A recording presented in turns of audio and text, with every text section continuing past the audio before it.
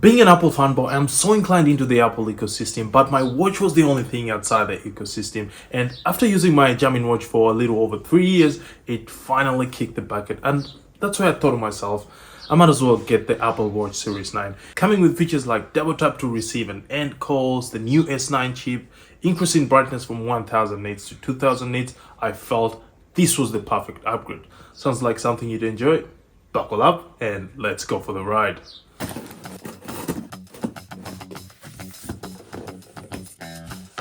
Cutting the packaging box open, inside we get the Apple Watch box we've grown accustomed to over the years, with the classic Apple logo and watch in writing engraved on top of the box. Then when we turn to the bottom, the box lock design we've seen in previous generations continues. Opening it up, the different colors of the watch are displayed on the box, and inside we get two boxes. The watch face together with the charger and the band.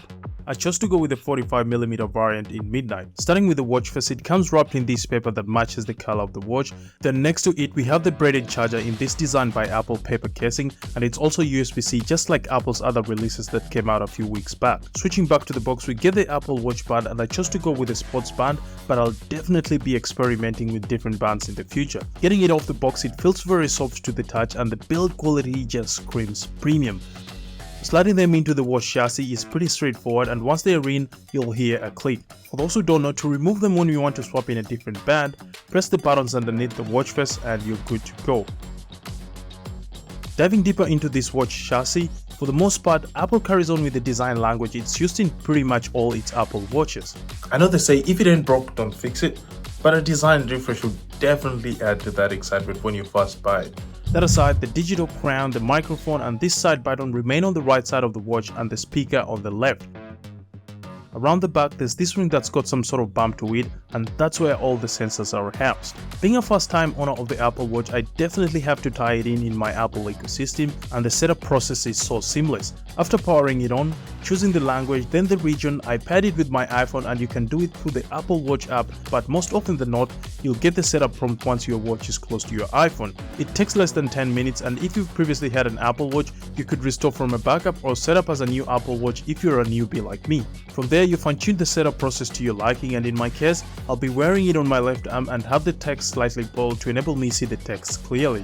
Another area I definitely had to get up and running was my health, since I'm big on that, and it was a breeze setting everything up. With the setup process out of the way, let's talk about what's new, more so for first time users. Now, like mentioned earlier, there's very little change from the previous Gen Series 8, but for first time users like myself, the experience is going to be totally new. First and foremost, the S9 chip, which is basically the genesis of majority of the new features. The most obvious being a much faster and snappier interface when scrolling through the different apps and interfaces on your watch.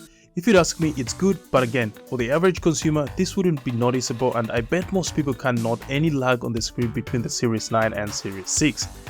Anyway, that aside, the new chip also helps in power efficiency, but for some reason the battery life still stands at 18 hours, which begs the question, how exactly is it power efficient? Then add the fact that the max brightness has cranked up from 1000 nits to 2000 nits, which would mean more power consumption, but since I've had it for just a week, I'll leave that discovery for my in-depth review. Moving along, the S9 chip also comes with a new ultra-wideband chip that enables precision finding of your iPhone, which exactly pinpoints where you left your iPhone, as opposed to the pinging sound that was initiated when you click on Find My iPhone. We also see an increase in storage capacity from 32 gigs to 64 gigs, which works in tandem with a neural engine that now has double the speed, and when combined, we now get faster Siri requests as well as processing the Siri requests without internet connection. If you'd ask me, a great addition, and this is because Siri has the tendency of going silent at the slightest whim of poor internet connection. On the flip side though, from my understanding, the requests would be those that don't require reference from the internet, something like hey Siri, remind me to call mom today at 7 p.m. If you tried something like, what's the smallest bird in the world? You'll definitely be getting classic Siri. You know what I mean, right? Moving along, the other interesting feature is the double tap gesture, but you don't get it with the watch out of the box until you upgrade to watchOS 10.1. Now, this is not exactly new, as you could enable it when you go to accessibility, then turn on assistive touch. From there, you'll get the option to pinch, double pinch, clench or double clench.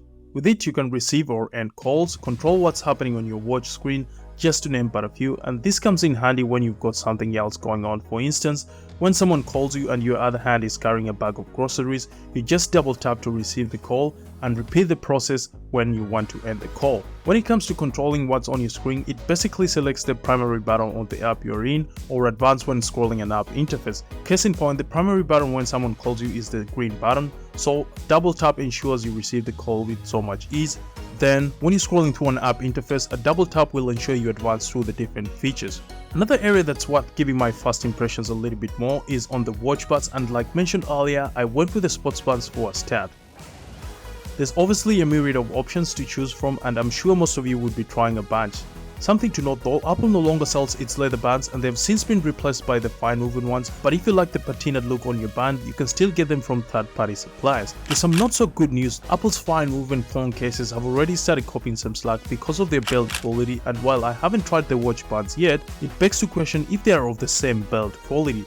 The fine woven bands aside, some of Apple's staples include the modern backhole, the solo loop, magnetic link, the sport loop, just to name but a few. Again, there's so many third-party suppliers and you can always pick one from them if Apple's bands don't tickle your fancy. While on the subject of things you can get for your Series 9, we might as well talk about the watch faces you could add to the mix, and Apple comes with an insane catalog of watch faces and it doesn't stop there. You can also customize them to your heart's content. Some of my favorites include the Chronograph Pro, Astronomy, Activity Digital, just to name but a few. Another area that's worth giving my first impression is the Series 9's charging and battery life. Whilst the new S9 chip pushes for efficiency, we'll still be getting the 18 hours we saw in the Series 8, which is a bit of a bummer, and I'd loved if Apple bumped it to even 20 hours for us to see the efficiency of the S9 chip. When it comes to charging, I like that the charger is now USB-C and is braided, which besides its main function of charging also adds some good aesthetic appeal. Speaking of aesthetic appeal, color matched chargers and cables would have been even better. Moving away from the aesthetics to functionality, the charger supports fast charging and can charge from 0 to 80% in just 45 minutes. Something to note though, this can only happen where the conditions are ideal, so if it's too cold or too hot, you wouldn't be able to get fast charging, let alone charge your phone. As for the price, it varies depending on what you're getting, and starting with the 41mm, you'll be parting with 649 Australian dollars for the GPS variant, which allows you to make calls and send messages with your phone nearby, and 809 Australian dollars if you get the GPS plus cellular variant, and this will enable you make calls and send messages with just your Apple Watch. For the 45mm, the GPS only variant goes for 699 Australian dollars, and the GPS plus cellular goes for 859 Australian dollars. In conclusion, I'd say, as a first-time Apple Watch owner, the meticulous attention to detail when it comes to the build quality and the new features like double tap, increased storage, improved Siri requests, it's definitely a good upgrade. I know the question you're asking is, what about the person who's got a Series 7 or 8? If you'd ask me, there isn't a significant difference between the three generations, and most of the features on the Series 9 can be enjoyed on the previous generations through a software update to watchOS 10.1. Well, there you have it, the unboxing and first impressions of the Apple Watch Series 9. If you enjoyed this video or found it helpful, don't forget to like, subscribe, share, and click the notification bell to get notified whenever I post a new video. I've got the iPhone 15 Pro review cooking, but if you want to get the iPhone 14 Pro instead, check out this long-term review. Until then, people of the internet, I'm signing out. See you on the next one. Being an Apple fanboy, I'm so inclined into the Apple ecosystem, and being an Apple fanboy, I'm so inclined into the Apple ecosystem.